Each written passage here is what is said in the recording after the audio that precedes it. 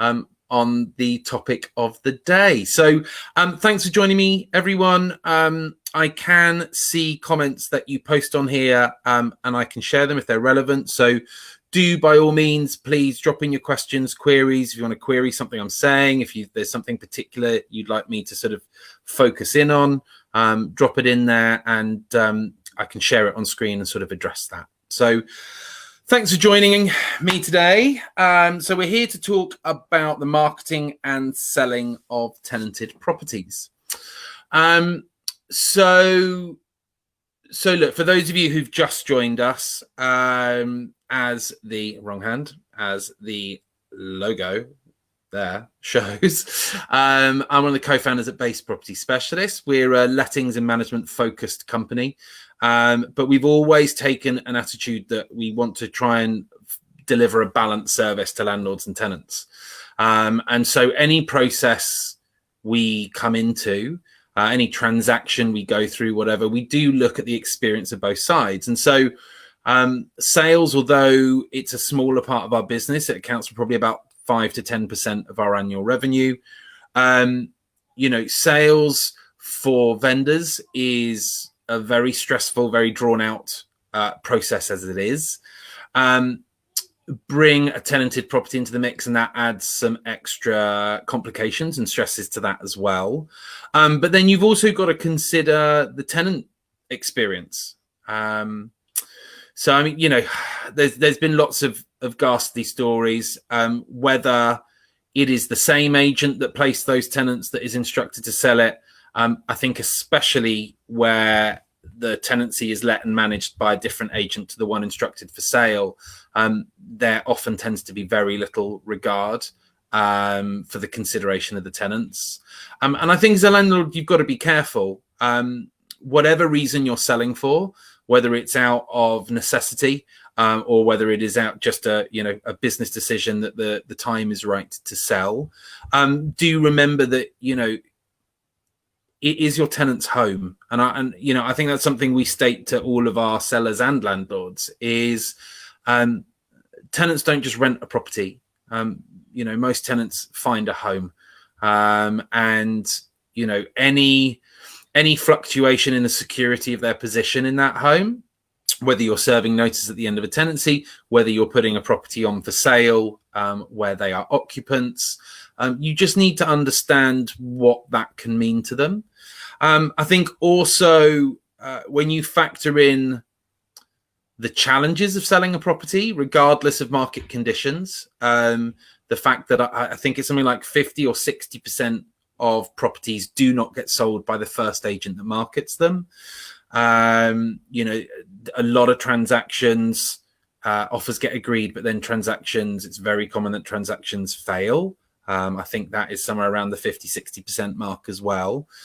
So it's really important with all those things that happen, that you consider the impact on your tenants in that. And fundamentally, the approach we've always taken is that not only is it your tenant's home, but that is a vital part of your income. And if you think the average UK sale takes 16 weeks, so give or take 4 months, if you factor in a couple of months marketing time to secure that sale as well, so you're looking at like a 6-month process.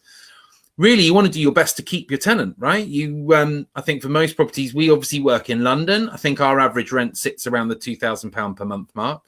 So if you're going to readily lose a tenant because of poorly managing this process, potentially you can have your property sit empty for 6, 7, 8 months without that revenue. So you could be talking, 12, 14, 16,000 pounds in lost revenue. And that is something that, you really need to consider. So let's talk about the process from the start. Oh, Julie's coming with a question. Let me just share this up here. If a landlord sells a property that is managed by agent A, is the new owner obliged to use agent A for the management, or can they use any agent of their choice?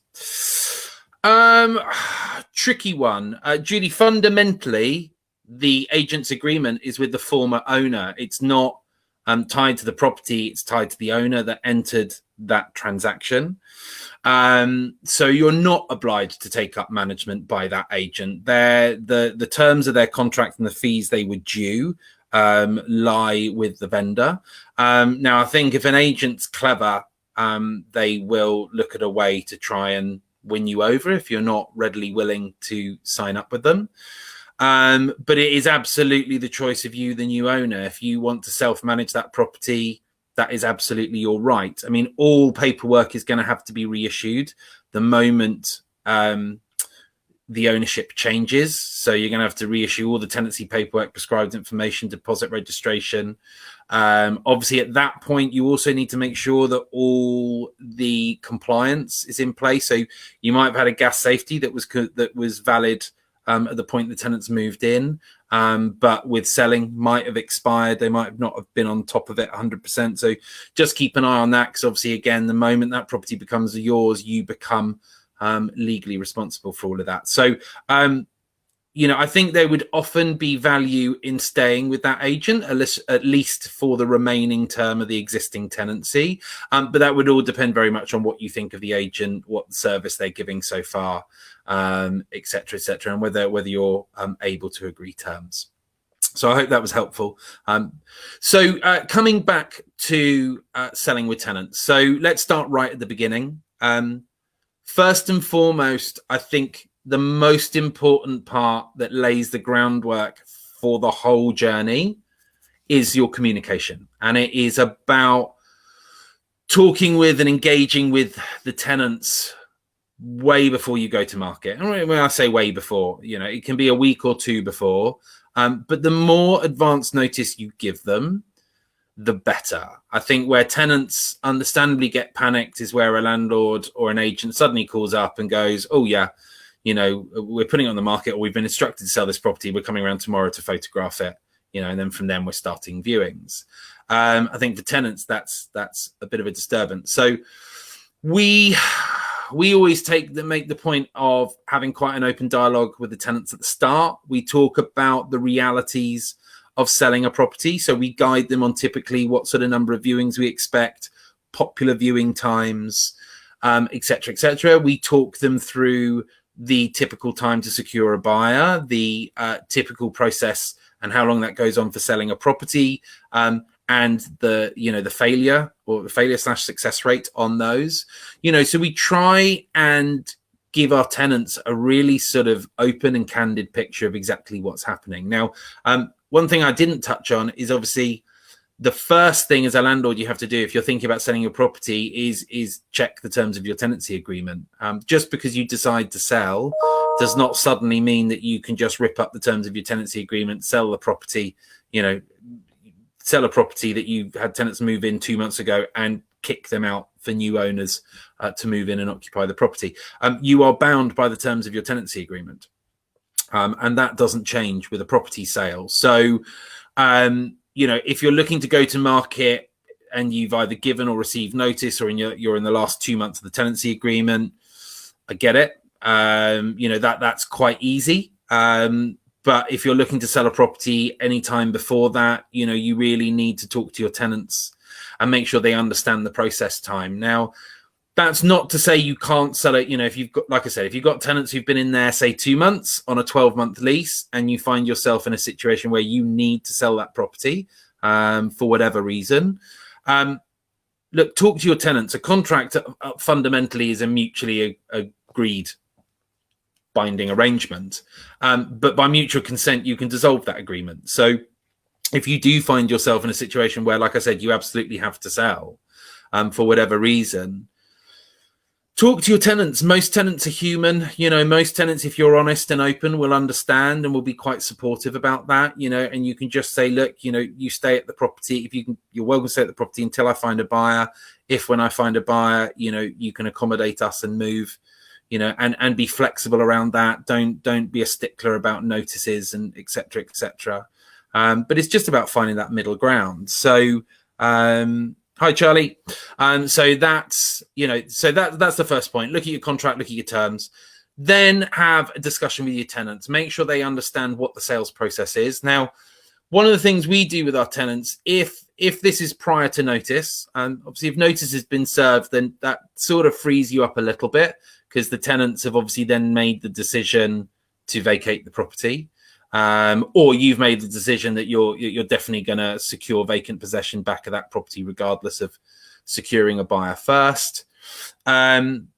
But I mean, if we market a property any time before the last 2 months of the tenancy, what we will typically do is we will agree with the tenants that we will do restricted viewings, and we do sort of ask for the occasional exception. You will occasionally get a really good buyer who's very fixed. But what we typically say to our tenants is that we will only do viewings on Tuesdays, Thursdays, and Saturdays. And the reason for that being, obviously, Saturday, a weekend viewing can be quite an important part of the marketing strategy. And obviously having a couple of weekdays, but that just gives your tenants peace of mind that, 3 weekdays, they've got total peace and quiet. Sundays, they've got total peace and quiet. It's quite nice for them to have the Sunday and Monday back to back. That isn't set in stone. We have some tenants who are like, oh, can't you just do Thursday, Friday, Saturday? We're always ready to accommodate.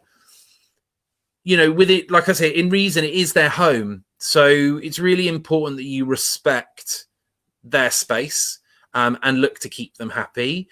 Fundamentally, it's key that you keep a tenant happy, not only for their emotional well-being, but, also for your own benefit. You're going to be asking these tenants and hoping that these tenants ensure that that property is really nicely presented whenever you do come around with a buyer.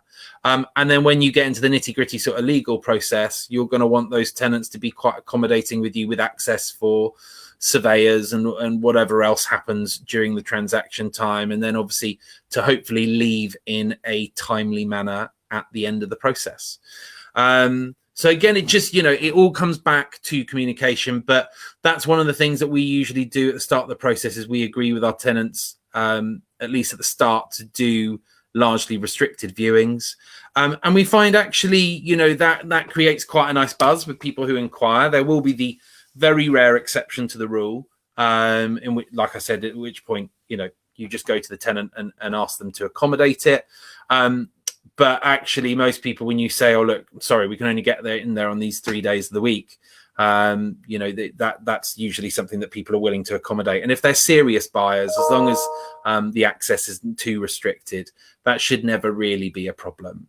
I think the only exception being is if they're teetering on offering on another property and they don't want to lose it and they're desperate to see it. But like I said, that's a perfect opportunity to just pick up the phone to your tenant, explain the situation, see if they can accommodate an unusual viewing. So go through that process, get the tenants on board. Like I said, offering a tenant, at least at the start of the process, a sort of restricted viewing sort of shows that you really respect them and respect their space, and hopefully goes a long way to establishing a good relationship. I think it's fair to say most agents nowadays will get professional marketing materials done. So at base, that will be professional photographs, a floor plan, a virtual tour, and a video tour of the property. So that's a lot of content. Now, again, that's something that we need to have a discussion with our tenants about. Like I said, there's no point us spending hundreds of pounds getting all those marketing materials done if we're going to have a series of photos that have clothes horses everywhere with drying clothes and 3 days worth of washing up sat in the kitchen sink, and lime scale on the shower screens in the bathroom. That's just not going to help us sell a 2-bedroom flat for £800,000. It's not going to be ticking the boxes and really grabbing people's attention online. So again, have that discussion with the tenants. It's important, it is their home and you need to respect that. But at the same time, they need to understand that, you're looking to sell the property, much like when they were looking to rent. And I'm sure most tenants have an aspiration to buy at some time. You can have a quite frank conversation of, would you like to go into a place that looks like, someone's just dashed out the door to go to work or to pop to the shops? Or would you like to walk into somewhere which looks, ready for showing? And I always say to tenants, sometimes jokingly, and it does depend on their age and other profiles as well, but I will quite often say to tenants, just imagine that your parents are coming around, or if you don't really care what your parents think, just imagine if your partner's parents are coming around for dinner, and how you would like the property to look for them to make that best impression, and work with them. Our marketing guy can usually be around. If we contact him today, he can usually be around tomorrow.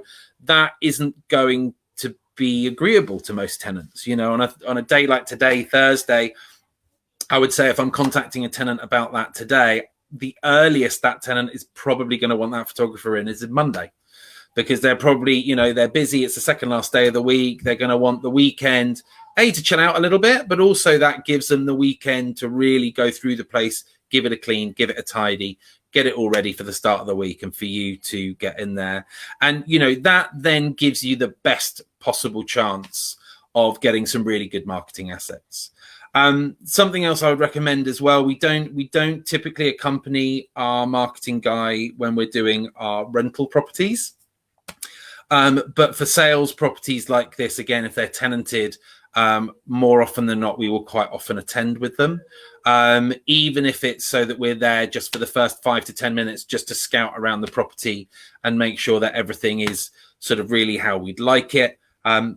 Otherwise, we're there to sort of maybe shuffle a couple of things around, move a couple of things out of shot whilst it's photographed, and then put it back, just to really make sure, you know, you only, once those marketing assets are done and you put them online, that's it. So you really want to make sure that they deliver that punch that you want to, and they look really, really good.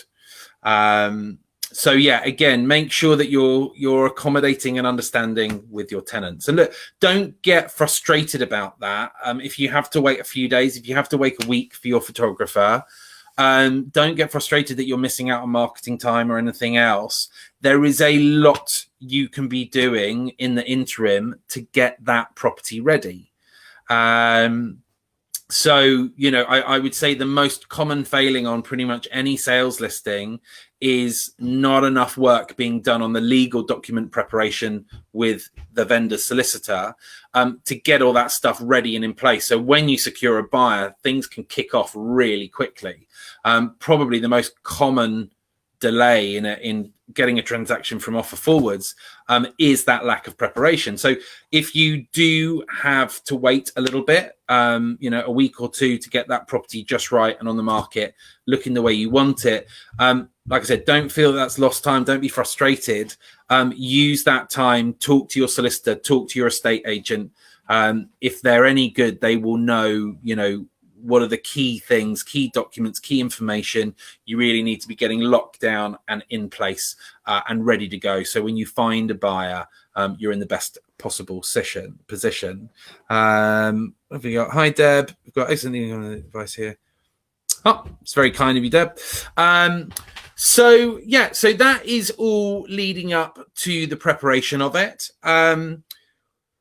So you're now looking, really, when you're selling a tenanted property, you've really got two prospects, right? So you've got the option of selling the property still tenanted to the new owners. Now that could, but quite unlikely, be that they're happy to keep the tenants to see out their contract and then leave before they move in. That's quite unlikely. Typically, that will be another landlord buy-to-let investor looking to pick up that property.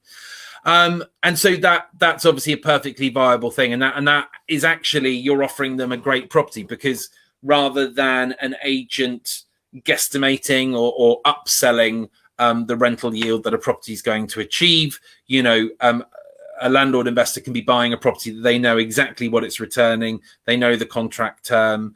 They know that, or their solicitor will make sure that all the compliance and everything is in place. And quite often, you know, furniture, if it's a furnished property, that will quite often be included in the sale, or it has to be, because that's actually part of the tenancy. So it's quite a nice offering to other investors to be able to pick up a tenanted property, which is sort of pre-packaged, turnkey, up and running. As Julie touched on earlier, you might already have a letting agent or managing agent on board. We've done a few transactions over the years where we've had one managed landlord want to sell, and before we've gone to market, we've actually taken that to our whole managed portfolio. And several times we've had one of our existing clients come back to us and go, actually, do you know what? I've been thinking about buying another property, and that's in our price point. The fact that you guys, you know, it's your tenant, you guys manage it, fantastic. And that transaction's been great because there's no emotion to it. It's very much about the numbers. It's very straightforward. And because we're transitioning a property without having to vacate the tenants, that removes a lot of the friction and a lot of the stresses that come with that process. However, obviously, what you have to bear in mind is, that is an investment decision. That is a very sort of clinical decision. So the buyer will typically be looking at one of two sort of benchmarks, and that's either the potential capital growth of the property or the yield which that property achieves through the rental income. Sometimes they'll be looking at a blend of the two, but typically investors tend to have their focus on one of those. And obviously what that means is your rent achieved and everything else that packages that up will typically very much dictate the price of that property. There's very little heart involved in that. It's all head, and it tends to come down to crunching numbers, but it is typically an easier transaction to complete. The other type of transaction, and typically the transaction where you will achieve a higher price for the property, is obviously where you're selling it for someone to make it their own home. And I have to say the vast majority of tenanted properties that we've sold have been to owner-occupiers who are looking to move in and make that property their own home. So, managing that process is complex, but again, it comes back to what I talked about earlier. It's about communication. Once you find a buyer, if they're an owner-occupier buyer, you need to just hold your tenant's hands a little bit through that process. I have to say, to be totally honest, we typically won't be upfront right at the start of a sales process, whether it's an investor or an owner-occupier buyer with the tenants at the early stage. And that's for a couple of reasons. One, we don't want to unsettle them early in what is a process that will take 3 to 4 months, and there's a high risk of that transaction actually not getting across the line. That's the main one, really. We don't want them to be unsettled when there's still a long way to go and a lot of variables within that situation. So typically what we will do is we will do the early stages of sort of securing a transaction. So we'll, do all the legally mandated stuff, AML, etc., anti-money laundering, proof of funds, proof of mortgage. We'll verify that solicitors have been fully instructed. We'll get the valuation survey booked in, or structure survey, whatever the buyer needs on that, and we'll usually push that through to the point where we've got a mortgage offer in principle, subject to the due diligence, and that's the point where we'll then start being more candid with our tenants about the situation that we're in. So we'll usually be at that point. We'll usually update the tenants to say, right, subject to the due diligence, we've got over basically sort of the first major hurdle of this transaction going forward, of getting the valuation approved and the basic early documentation facilitated. And, we now go into what can be the more drawn out, frustrating part of the process of gathering reports and et cetera, and inquiries that come off the back of that. So that is typically the point where we'll go to a tenant and we'll say, right, guys, we're at this point, we've got the mortgage offer now. And that will be one of two conversations. So it will be, either fantastic news. This is a landlord buyer, they're looking to complete as soon as possible. They will be, they're obviously mandated to keep you at the same contracted terms. So they'll be keeping you for the duration of your contract. Sometimes we'll have landlords who actually, going into that process, they'll be like, do you know what? If the tenants are happy, I'd like to actually start a new 12-month tenancy agreement, or even do a 2-year tenancy agreement. Sometimes those landlords will want to lock in that security even further. So a tenant that might want a bit more security can sometimes get that time. But yeah, so we'll often say, they're going to take you on. Sometimes we'll know or not whether we're still going to be in the play if we're the managing agent there. And if we are, we tend to reassure tenants of that fact. Quite often that is a reason the tenant rents a property, is because we look after it. And so reassuring them that we stay in the mix and we're going to be there to hold their hand and look after them and look after their home, is quite an important reassurance to them. Or, like I said, alternatively, that's where we'll sort of reveal that we've secured a buyer that is looking to be an owner-occupier. And so, again, it's very much about managing that discussion. We will explain to the tenant what that means. We will reiterate what we said 1, 2, 3, 4 months before, about the fact that we've still got probably a good two months to get through to exchange of contracts. And there is a high possibility that for a multitude of reasons that might not go forward. So what we'll usually do with the tenants there is we'll just say to them, look, we'll keep them regularly updated with major progresses, less so with when we've got a landlord buyer, because the reality is, there's not too much concern for them. So when a landlord's buying, we tend not to keep the tenants too informed, because fundamentally on a day-to-day basis, it doesn't really make any difference to them. Just at some point, the paperwork's going to get reissued with a new landlord name on it. So yeah, so the communication burden is less so when there's an investor involved. But with a homeowner, we'll very much try to keep those tenants updated. I would say typically on sort of a 2-week basis, if there aren't any major steps through that. And then to manage that process for the landlords. Now, this is always a slight sort of balancing act, because we always take the approach, as we touched on before, we ideally we want to try and keep those tenants in that property for as long as possible, which is often not what solicitors will want if it's an owner-occupiers. Solicitors, fundamentally, you're paying them to hope to prepare for the worst. And so what they will be looking at is, okay, so there's a property, there's a tenancy in there. Who's to say those tenants are going to move out? They all sorts of myriad of things could go.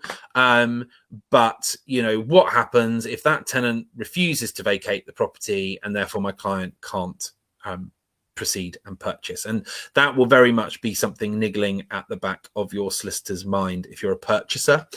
I think that has particularly been accentuated in the current climate with the fact that there are no evictions possible at the moment.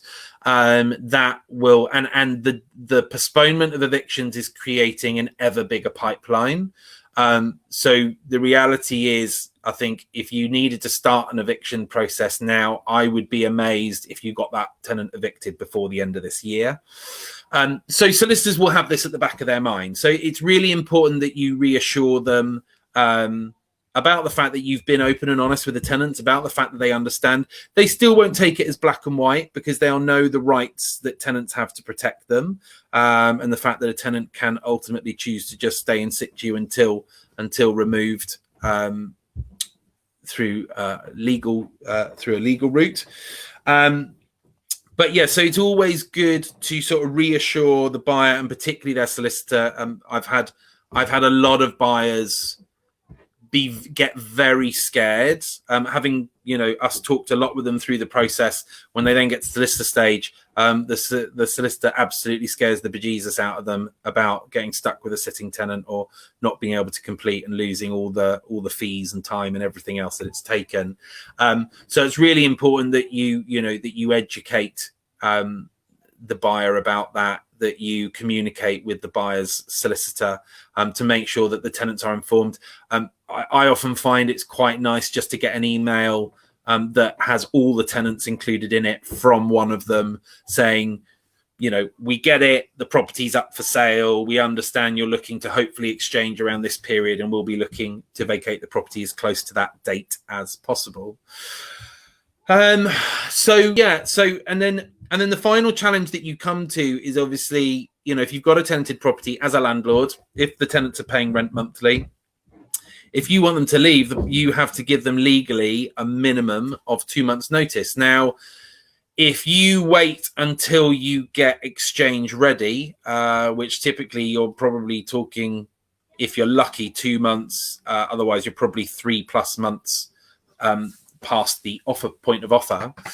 Obviously then having to wait another 2 months for those tenants to leave, that's going to put quite a lot of stress on a buyer. That's going to be quite stressful for you. So again, really important that you talk to your tenants early doors, really important that you let them know that, it can be quite nice if you've got a good relationship with your tenants. I would approach them and ask them to give notice to you as a tenant. They can give you 1 month's notice. rather than you giving them 2. So if you've got a tenant that's more accommodating like that, that can obviously halve the legal timeline.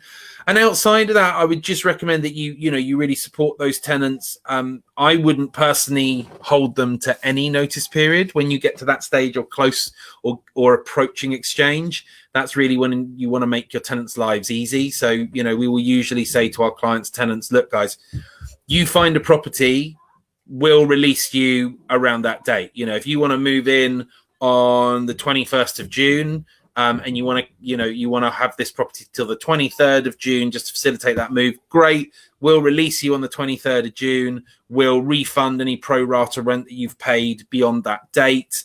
We're not going to be sticklers about contract terms. We're not going to make it difficult, because at that point, again, really you just want those tenants out.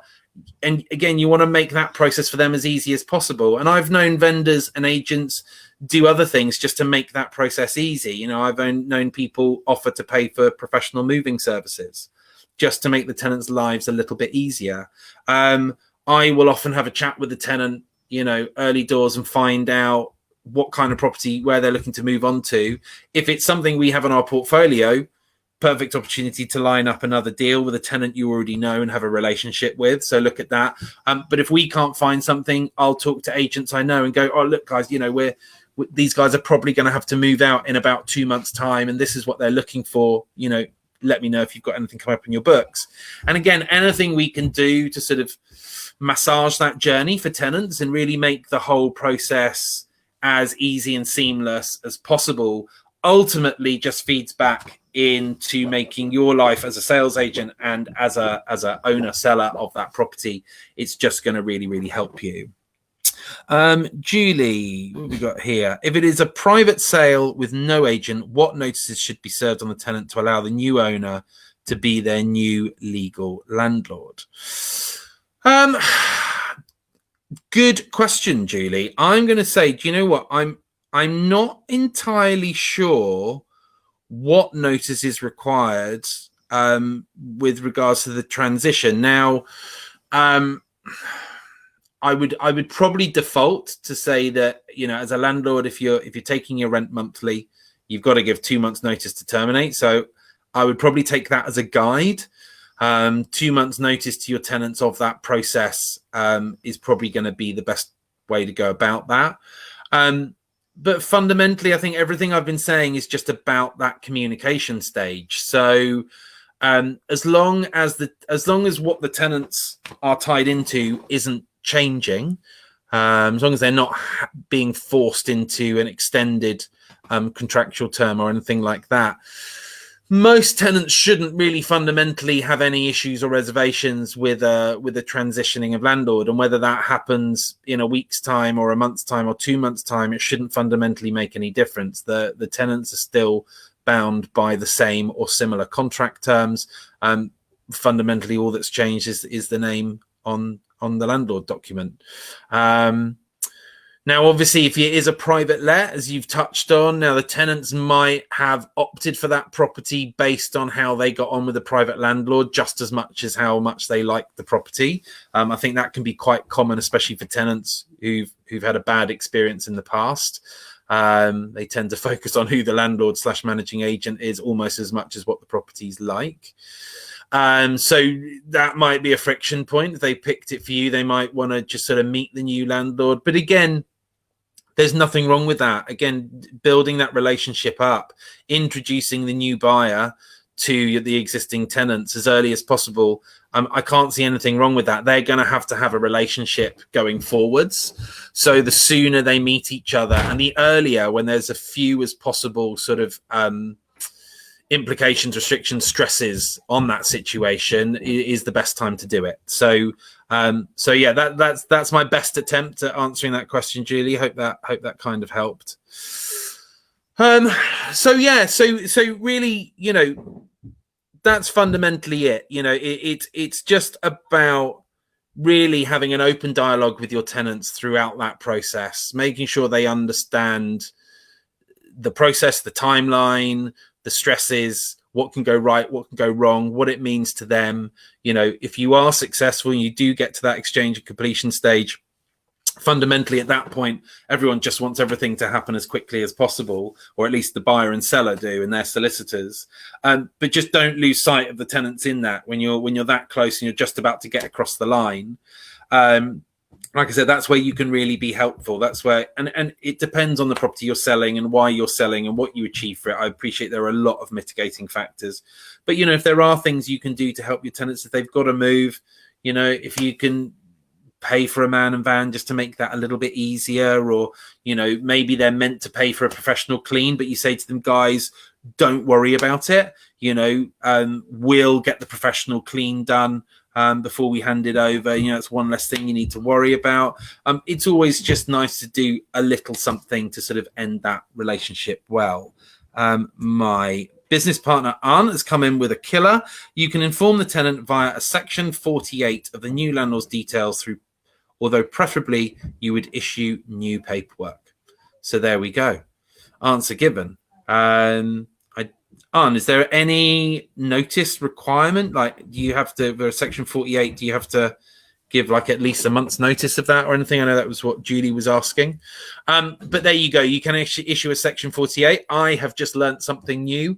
But yeah, typically, I know in the transactions we've always done new paperwork. We just feel that's sort of the most robust way to make sure that everything is right. All the I's are dotted and the T's are crossed, and et cetera, et cetera. So really that's it, guys. Hopefully that has been helpful. I think there's probably going to be quite a lot of landlords thinking about selling at the moment. The impact that has been felt so far on the rental market, I think, there's been a little bit of impact on it, but truth be told, I think we've got some more impacts to come.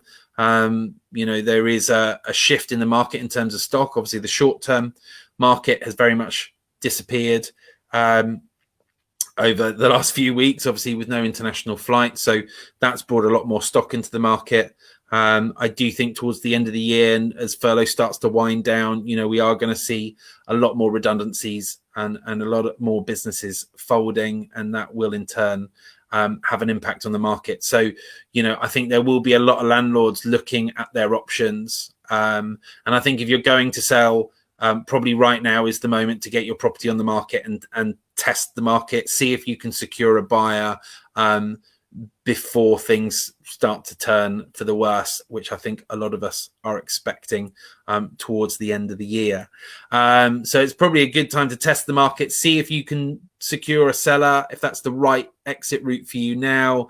And then, if that doesn't work out in the next 2 to 3 months, lock in a really good tenant and ride that out. And if you are going to do that, just the other little tip, not relevant to the topic of today, but I would strongly recommend any landlord placing any tenancies now and for the foreseeable future, make sure that you've got guarantors and or rent warranties in place on all of your tenancies. There's going to be a very volatile employment environment for the foreseeable future, and you want to make sure that you're in a really good, strong and secure position. And with evictions not being possible, it's really important that you protect yourself. So I would strongly recommend that any landlord placing a tenancy really for the foreseeable future and until things start to really turn a corner, should absolutely make sure you have either a guarantor or a rent warranty, or you can go belt and braces and go both, and then you're definitely covered. But